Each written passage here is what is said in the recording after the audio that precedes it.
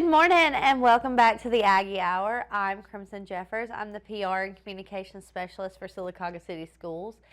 This morning I've brought with me our superintendent, Dr. Michelle Eller. How are you this morning? I'm great. Good morning. Good morning. Are you so excited to be back at school? I am. I know we needed that 2-week break, but like towards the end of it, I was definitely ready to get back into a routine. Yes, our boys were too. So we've had the first day of school now. We've had a very successful first day of school, I'd say. I mean, everybody seemed to move back into that routine pretty flawlessly. Loved having the boys and girls basketball teams to kind of get us excited about the car rider line and the bus rider line coming back through again. That was great. I would say a little birdie keeps telling me that some spring sports might be coming soon when we look at the calendar. Yes, so I'm excited to see, because the kids get so excited to see the big kids, and I know that the big kids like getting to see the little kids as well. Well, it's great for them to see those role models and to see, you know, the future of where they can be. And so I love it. Anytime that we can bring our older students in to interact with our younger students, I think it's a win. I heard a lot of, is that the basketball team? Like, it was so cute. They were so fun. Yes, yes. So I know that you have been working on a big project with a lot of different people. Would you like to tell us a little bit about it? Sure. So we decided about a year ago that we really needed to map out what a graduate looks like of Sylacauga High School, and really map out how we get that graduate to have the skills, the life skills that they need, and start cultivating that even at Indian Valley. You know, if we wait to introduce these skills and cultivate these skills at the high school, it's really almost too late.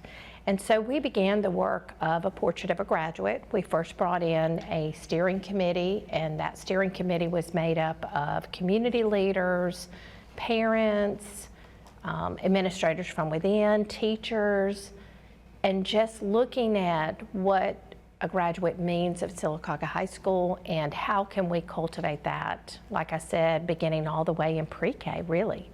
You know, our mission is to encourage, equip, and empower all students to own their future by providing diverse pathways to an excellent education. And this is really what this work is guided by, to ensure that everyone is equipped for excellence, beginning right at the beginning. And so we committed to developing graduates and we identified 5 components that a graduate of our high school really needs to have cultivated. And that is self-directed learners, strategic problem solvers, effective communicators, collaborative contributors, and last but not least, really having intentional individuals. And I think that, you know, seeing the work that has gone into these implementation meetings and just the idea as we were trying to pull this all together, it's been very knowledgeable on my side, just seeing, because everybody has those different life experiences that brought them to Sylacauga. Like, not everybody that is in our district is a graduate of Sylacauga High School, but you know, what we've learned and what we've picked up versus what we want our kids to take with them instead. Like, you know, the whole goal is always that we want them to be better than us, so like, how can we equip them and prepare them to go into the world that way? Well, the whole goal of K-12 education is to prepare students to be lifelong citizens and really to be prepared for the future workforce. And right now, we're really preparing students for jobs that don't exist yet. I mean, you think even about AI, we talk a lot about AI. You know, there will be jobs related to that didn't exist a year ago. Well, and AI moves so fast too. Like, we were just watching the TV outside, and you know, he was saying that you really have 3 weeks time and then it's outdated and you're having to learn something new. And you know, even walking through the halls talking with some of our kids, like, they're very knowledgeable about AI and like those technology savvy type positions, to where like they're catching on quicker than we are. But you know, we also have our AI task force that we have to kind of help us guide our kids, you know, the correct way, because there is a safe way and a correct way to use AI in education, and we want them to have that foundation before we just kind of Correct. send them out into Right. the world. Right, so that's another initiative we're working on as well. But we know that if we can really hone in on the top two skills, if we can hone in on self-directed learners and creating students who are strategic problem solvers, that really all the rest of those skills come with it. Yeah, they come with it. And so that's really our focus for this semester. We met with school leadership teams to start our rollout. And so those are really the two skill sets that we're going to hone in on the onset, via lesson plans, instructional strategies, highlighting students when we see them with those skills. And it was neat in our implementation meeting with the different building leadership teams that a lot of what we're already doing include those skill sets. Right. They just weren't named. And so, you know, a lot of the work we're already doing is there. And so it really shouldn't be one more thing, but it should just be a lens that we look at to say, okay, how can we take that lesson and tweak it a little bit to where we are cultivating our students to be self-directed learners? Or how can we take that lesson and cultivate it to where we can add a communication piece in there where they have to communicate with each other in that lesson? Because, you know, as technology has progressed, and, you know, with the cell phones and email and text messaging and all of those components, and now even AI, you know, a lot of times we lose that communication piece. Absolutely. And the multiple forms of communication. And so that's another thing that we really want to hone in on with our students, is just the multiple forms of communication that exist and when it's appropriate to use them.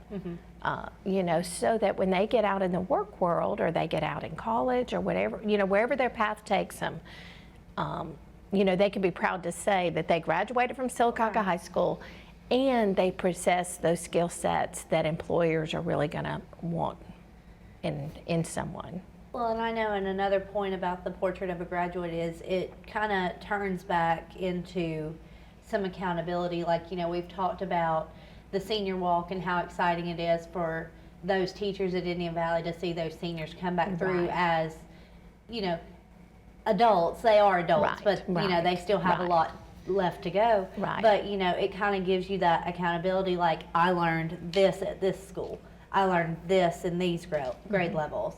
You know, it kind of helps piece that puzzle together of what a graduate should look like. Right, and even with our implementation, we mapped out what those skills would look like at Indian Valley, what they would look at Pinecrest, and even included in there some questions that parents can pose to their students to see if those skill sets are being cultivated as well. Because we never want to discount the power of our parents and, you know, just what they bring to the table, helping us cultivate those skills with students as well. Because sometimes you don't always get a very good answer to, well, how was your day, or what did you learn? Like, you know, it's maybe a different question to ask to get a more communicative answer from your student. Right, exactly.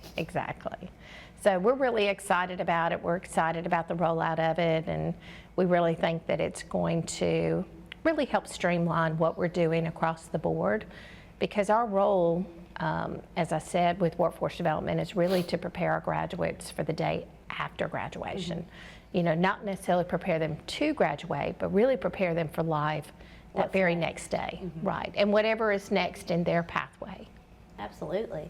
Well, thank you so much for joining me this morning. Yes. I'm glad that we finally got to talk about Portrait of a Graduate. I know that it's been something that you and I and everybody at Central Office, we've been talking about for a little over a year, but to finally get to, you know, bring like a physical copy and get to show everybody like that it's a real thing and that we're trying to implement it, and as we roll out through the school year, I'm excited. Yes, I'm, you know, I continue to be amazed at the work that we're doing each and every day, and bringing everybody to the table, and everyone's skill set is really so beneficial. And so I'm just excited about it, and excited about where it's going to take us and where it's going to take our students. Absolutely. I'm excited too. Well, thank you so much for joining us. Go Yes, Aggies. thank you. Go Aggies.